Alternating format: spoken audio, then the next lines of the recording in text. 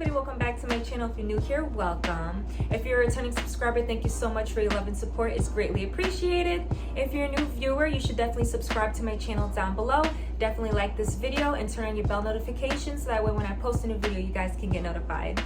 In today's video, I'm going to be talking about some tips and tricks I can give you guys on how I cured my adult acne. So if you want to see how I did it, just keep on watching. I just want to give you guys a little bit of a backstory on how I got adult acne in the first place. Growing up, I've never experienced acne. I've never had breakouts. Middle school, high school, even when I got my period, I've never experienced breakouts. My skin used to be extremely flawless. I've never had acne ever. And I know it wasn't hereditary either because nobody in my family has acne. I've never experienced acne. Like everybody in my family, their skin is flawless too.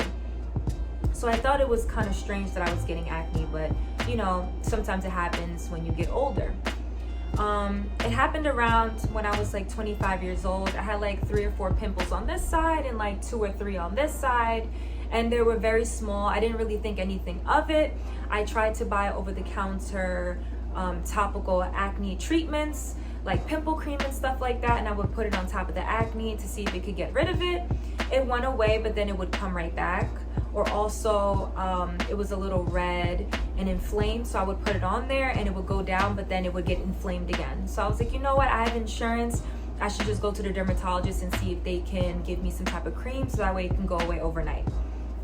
The first dermatologist that I went to, I showed her my concerns and she was telling me like, girl, don't worry, it's not really bad acne, like I can definitely help you treat it.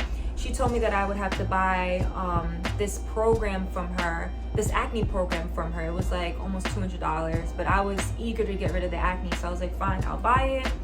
I'm not sure exactly what it was. I think it was glycolic acid, and the other one, I'm not sure exactly what it was, but it was like a face wash, an overnight cream, a day cream, and some type of, I think like a sunscreen or something like that. So I started the treatment. Immediately, my face felt very itchy and very hot. I called the dermatologist, I explained what I felt to her. She told me that it was normal to keep using it. So I was like, okay, you know, I'm trusting her judgment. She's a dermatologist, she knows better than me. You know what I'm saying? So I used it for about a month. My skin was so hot and inflamed. I broke out all over my face in places that I didn't even have the acne. I'm talking my forehead, my chin, my cheeks. Everything was so inflamed, so itchy and red. It felt hot to the touch. It definitely did not feel normal. So I went in for another visit and I showed her my concerns again. And I told her, you know, this doesn't feel normal to me. I'm breaking out in spots that I never broke out before. Like, what's going on? And I told her that I felt like it was making my acne worse. She told me that my face was purging and it's gonna bring everything to the surface, and I might break out in different areas if there's like small little pimples and stuff like that. It's gonna bring everything to the surface. Like I said, I've never had acne all over my forehead or my chin. It was only in this little area. So I was like, okay, you know, she's telling me it's gonna purge. I looked it up myself. That's exactly what it said it was gonna do. So I was like, okay, I'm gonna trust her judgment and I'm gonna keep using it.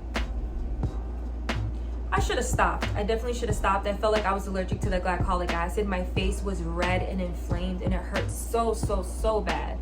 And you know, I stopped using it. I immediately stopped using it. I'm like, my face feels like it's melting off my skin. And I asked her, I'm like, can you give me something else? I don't like this. She just kept telling me to keep using it. I'm like, you're not understanding where I'm coming from. Like, my face is reacting in a way that it's never done before, and I get that I'm purging, but it shouldn't feel red and hot to the touch to the point my face felt like it had a heartbeat. It felt so hot. It did not feel normal, so I immediately stopped using it. And now at this point, I had a face full of acne. I was so pissed. I was so angry. I felt like, you know, I couldn't really trust anybody else with my skin.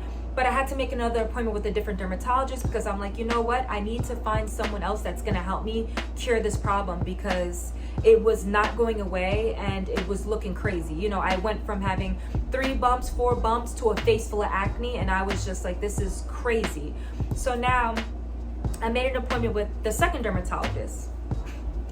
The second dermatologist, I felt like didn't listen to me either. You know, I showed her my skin. She told me immediately that it was because it was hereditary. Everybody in my family, she told me, had acne before. It's hereditary, that's why I have it. And I told her, like, miss, nobody in my family ever had acne. Like, and she tried to tell me that, you know, I had acne growing up and this is coming back. And I told her, like, I've never had acne as a kid, not one time. Like, how are you gonna tell me that it's because I had acne when I was a kid and it's coming back and it's hereditary in my family, so that's why I have acne in the first place? And I'm like, that's not it, but okay. Like, I'm listening to her and trying to figure out, you know, what, because I kept trying to ask her, what is the cause of the acne? Because I felt like they were literally just testing products on me. Give me this, give me this, give me this. I'm talking strong medications that were supposed to help treat my acne, but wasn't doing anything at all. Like, I would go into the dermatologist, they would give me something strong. If it didn't work in a week, here, try this, I'm gonna up the dose. Give me this, I'm trying it for a week, it didn't work, okay, we're gonna up the dose again, and I want you to try 2 different medications now, one topical and one orally. And I'm like, this is ridiculous. You're literally just trying anything on me. You know, I feel like it should at least take a month for it to start kicking in. Like, how do you expect something to work in a week, you know? But I felt like she wasn't listening to my concerns. She was telling me all these things that I feel like were incorrect. But, you know, she's a dermatologist, so I was trying to give her the benefit of the doubt.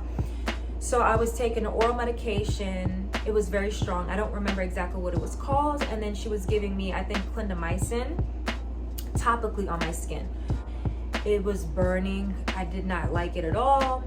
It didn't really clear up my acne at all. If anything, I felt like it was making my skin worse. I was just very frustrated. I felt like, you know, I couldn't get any help. Nobody was listening to me. I feel like they were just trying whatever on my skin. So at this point, I was very frustrated. You know, I was crying all the time. I was just so irritated. I'm like, I went from having 3 pimples to a whole face full of acne. And then I started researching on my own again, different natural ways to clear up your skin. And these are the tips that I'm about to share with you guys. So the first tip I have for you guys is try to eat more clean. Try to take out dairy products, milk, cheese, stuff like that. Try to eliminate fast food, Burger King, McDonald's, very greasy fast foods. Try to eliminate sugar. When I took out dairy for the first time, I still eat it occasionally, but not every single day. But when I first eliminated it, my skin started to clear up drastically. So a lot of people don't realize that they have a dairy intolerance. Eliminate that to see if that can help and show improvement. Tip number 2, you should definitely change your pillowcases every single night. If you can't do it every single night, try it every other day or every single week. Definitely wash your pillowcases, because if you don't, that can cause breakouts overnight. Well, you got to think about it. When you're sleeping on your pillowcases, you sweat throughout the night. You might have grease and oils on your skin that's on your pillowcases. So if you don't change it frequently, you're laying on the same pillowcase every single night, and that built up and that grease and everything like that and dead skin cells is literally sitting on the surface of your pillowcase. And every single night, your skin is just constantly going back on it. So in order to clear up that skin, you should definitely change your pillowcases and wash them frequently. Tip number 3, you want to make sure that you have a good skincare routine. You have to make sure that you're washing your face every single day in the morning, and you have to make sure you're washing your face at night. You can't skip certain days and not do it. You need to do it every single day if you want clear skin. Tip number 4, you should definitely invest in a facial brush. Whether it's a spin brush or a disposable brush or a silicone brush, you have to invest in a brush because it gets deep into your skin and it penetrates your pores and it gets all those dead skin cells out. So you should definitely invest in a facial brush.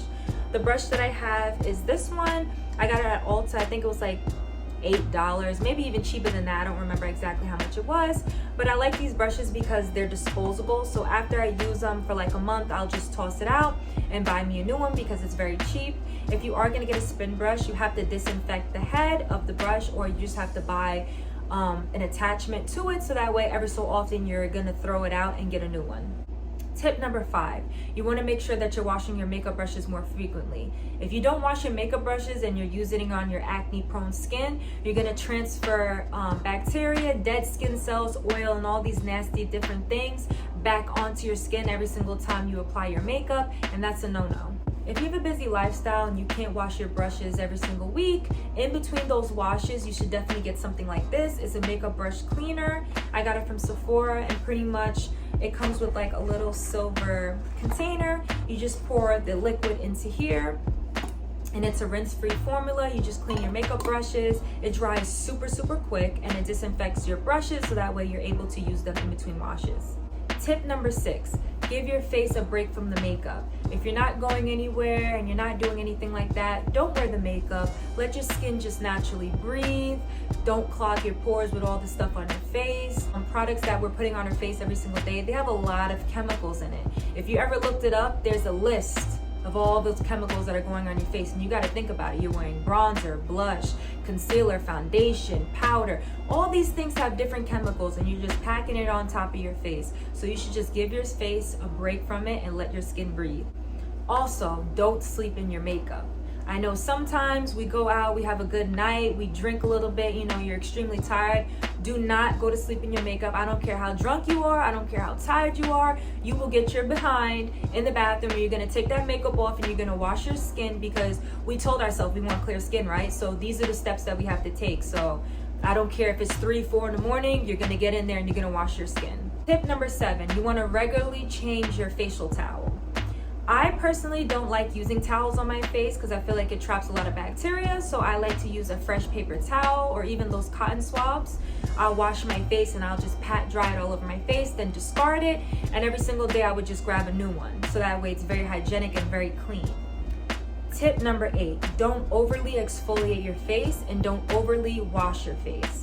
I know, you want to get rid of this acne and you feel like if you keep your face squeaky clean, it's going to get rid of it. No, your face needs to produce natural oils as well. You can't overly wash your face, because then it's going to make it super, super dry, and then that's going to be another problem, and it's going to be flaking, itchy, and all these different things. So don't overly wash your face. Just wash it in the morning and wash it at nighttime, and just keep that balance.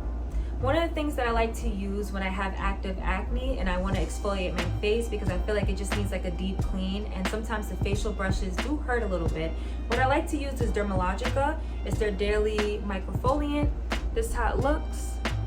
And when you put a little bit in your hand and you apply a little bit of water and rub it up, it feels very, it doesn't feel as abrasive as a facial brush, and you do get that deep clean that that you're looking for. So definitely try to check that out. Tip number 9, drink lots of water. When you drink lots of water, it can promote healthy skin hydration. Try to stay away from a lot of the sugary drinks like sodas and all these different things, because that can cause acne as well. Tip number 10, try to keep your phone screen clean. I'm talking get an alcohol pad, wipe down your phone, because you can transfer oils and dirt from your phone onto your face. Because you got to think about it, when you're using your phone and you constantly have it pressed against your skin, and then you get off the phone, hey girl, da da da, you get off the phone, and then say somebody calls you again, you pick up the phone, you put it right back to your skin after you just washed your face, and now all that dirt and oil and all that nasty bacteria is going right on top of your skin. And also, when you're constantly touching it with dirty hands, all that bacteria that was on your hands is now transferred to your phone, and now you're going to take the phone and put it to your skin. It's just constant bacteria getting transferred back and forth, and that could cause more breakouts. So you don't want that. You can get an alcohol pad and wipe down your phone, or you can get alcohol from like Walmart or Target, a big bottle, get a cotton swab, and just wipe down your phone with that. Okay guys, so we got to the end of the video. I hope these tips were extremely helpful. If I forgot anything, or you guys can think of any other tips, definitely leave it in the comments down below. Don't forget to subscribe to my channel right now, like this video, and turn on your bell notifications so that way when I post a new video, you guys can get notified. Until next time, bye guys.